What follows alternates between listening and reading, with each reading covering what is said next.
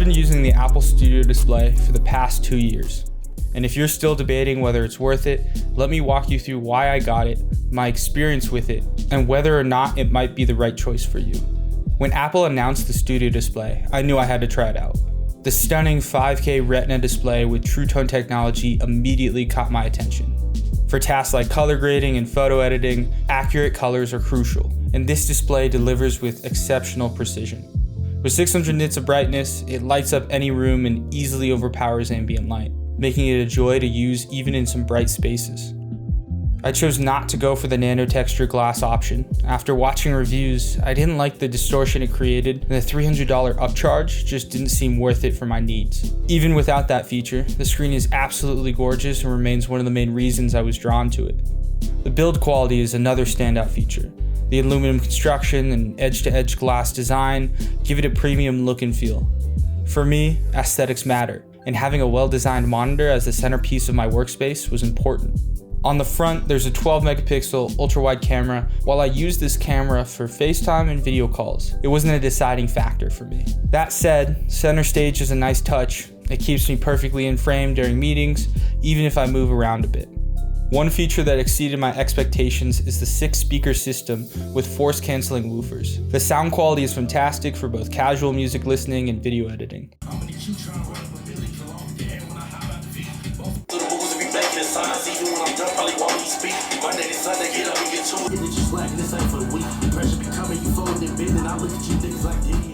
I'm not an audiophile, but these speakers hold their own, and they free up desk space since I don't need external speakers or headphones as often. Another reason I chose this display is its built-in USB-C ports. These ports simplify my setup, allowing me to connect external hard drives and charge my MacBook simultaneously. Sure, I could have gone with a dock, but having everything integrated into the display streamlines my workspace and keeps it clutter-free.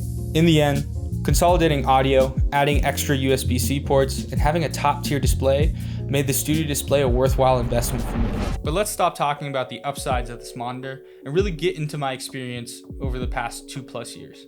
Now, one of the cons, painfully obvious, is the price tag. At $1599 plus tax, this monitor is extremely expensive. Besides the specs I listed out previously, the monitor is only 60 Hz. It is a 5K Retina display, but to be this expensive and not offer a higher refresh rate is typically one of the big reasons why people are off-put by this monitor. For me, I don't really notice unless I'm jumping from, immediately editing a video to jumping on and playing some competitive FPS.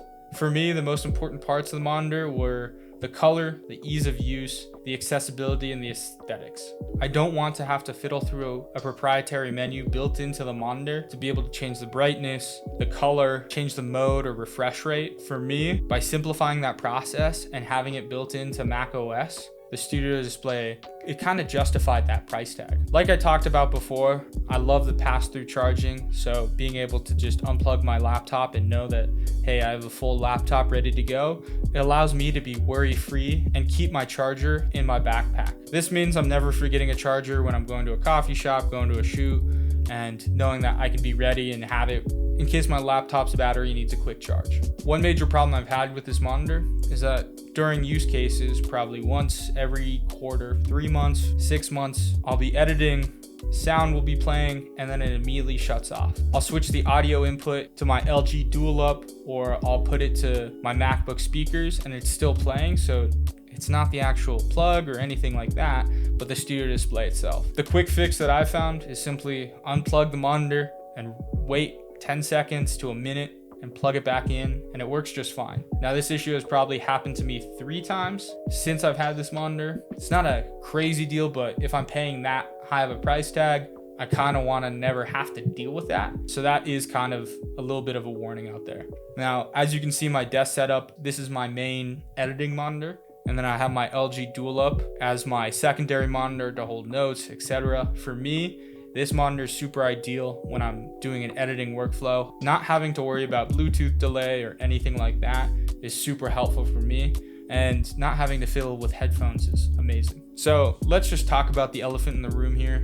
I mentioned it previously, but the actual price tag of this monitor is insane. Unless you are already invested in the Apple ecosystem, and if you already edit anything on a PC, I would highly not suggest this monitor. I've seen people do the workarounds and having a PC plugged into this monitor and being able to switch displays with it. But for me, the only reason why this monitor was even a consideration was because I was already invested in the Mac OS system and the ease of use that it has. For me as well, if I were purchasing this again, I would either look at eBay for refurbished units, look on Apple's website for refurbished units, or where I got mine was at Costco.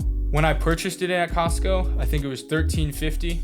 So after purchasing it with taxes, it was still slightly below MSRP, so I still got a good deal. This is a monitor I know that I'm going to be using for years to come, and I don't think I would upgrade anytime soon because just editing off this 27-inch display is amazing. I talked about the specs, I've talked about my use case. I really do love my post-production, pre-production, my work experience with this monitor. I would say if you're in a financial position to purchase this thing twice even, I would do it. Especially if you're in the Apple ecosystem and you're thinking about doing it, I would just say don't be over influenced by YouTubers like me or desk setup YouTubers or people who create content around getting the newest gear.